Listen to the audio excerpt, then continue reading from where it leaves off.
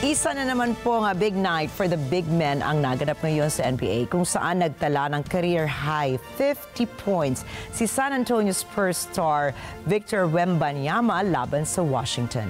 Sa Milwaukee naman ay nakakuha ng 59 points si Giannis Antetokounmpo para talunin ang Detroit Pistons sa overtime. Narito po si Vin Pascua para sa play-by-play. Sa edad na 20 years and 314 days old ay muling nilagay ni Victor Wembanyama ang kanyang pangalan sa kasaysayan ng NBA. Siya kasi ang pang-apat sa pinakabatang manlalarong nakakuha ng 50 points sa isang laro.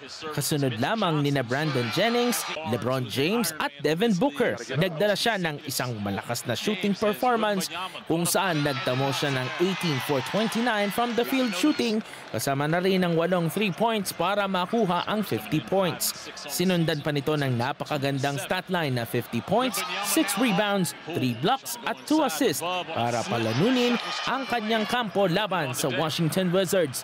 Sa parehas na araw na ibinalita ng Spurs office na nagpapagaling si head coach Greg Popovich mula sa isang mild stroke. Natabo na naman niya ang 42-point performance ng Wizard guard na si Jordan Poole para makuha ang panalo ng Spurs 139, Wizards 130. Sa unang beses naman ngayong season ay nakakuha ang Bucks ng dalawang magkakasunod na panalo kung kaya't 4-8 na ang kanilang win-loss record for the season. Binuhat ng 11 overtime points ni Giannis ang kanyang kupunan laban sa Detroit Pistons. Pinakitaan ni Giannis ng isang offensive masterclass ang Detroit Pistons sa kanyang efficient 21 for 34 field goal shooting at 16 out of 17 free throws.